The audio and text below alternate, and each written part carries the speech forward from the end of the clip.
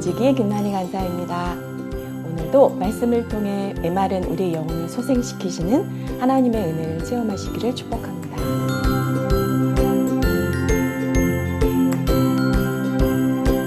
오늘 본문에 앞서 우리는 고라무리의 반역으로 인한 무서운 심판을 살펴보았습니다. 이 사건 이후 하나님은 모세에게 한 가지 명령을 내리십니다. 12지파의 지도자들이 자신의 지팡이에 자신의 이름을 쓰고 가지고 오너라. 레위 지파는 아론의 이름을 써서 가지고 오너라. 모세는 그것을 나와 만나는 증거계 앞에 두어라. 내가 택한 자의 지팡이에는 싹이 날 것이다. 하나님께서 이렇게 하신 이유는 하나님이 세우신 리더십이 누구인지 이스라엘 백성을 통해 똑똑히 알려주시기 위해서였습니다. 다시는 고라무리의 반역과 같은 일이 반복되지 않도록 하나님은 분명히 짚고 넘어가고자 하신 것입니다. 그렇게 하나님의 명령대로 증거의 장막안 여호와 앞에 12지파의 족장들의 지팡이를 두었습니다. 그리고 이튿날 모세가 지팡이를 들고 나왔을 때 아론의 지팡이에서만 움이 돋고 순이 나고 꽃이 피어 있었습니다. 심지어 살구 열매까지 달려 있었습니다. 이것을 이스라엘 모든 사람들이 보았습니다. 이것은 하나님이 하실 수 있는 기적이었습니다. 사람들은 이것을 보고 하나님께서 아론을 선택했다는 것을 인정할 수밖에 없었습니다.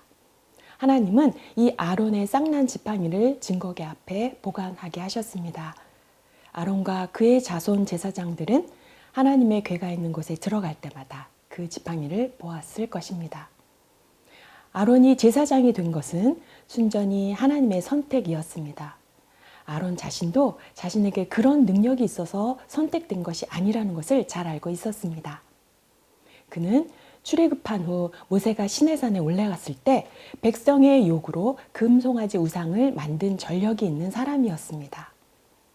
아론은 지팡이를 보면서 하나님의 선택에 감사하고 겸손히 그리고 충성스럽게 제사장 직무를 행할 것을 다짐했을 것입니다. 오늘 본문을 묵상하면서 우리도 우리를 부르신 하나님의 은혜에 대해 묵상해 보면 좋겠습니다. 하나님께서는 우리를 부르셨고 각자에게 일을 맡기셨습니다.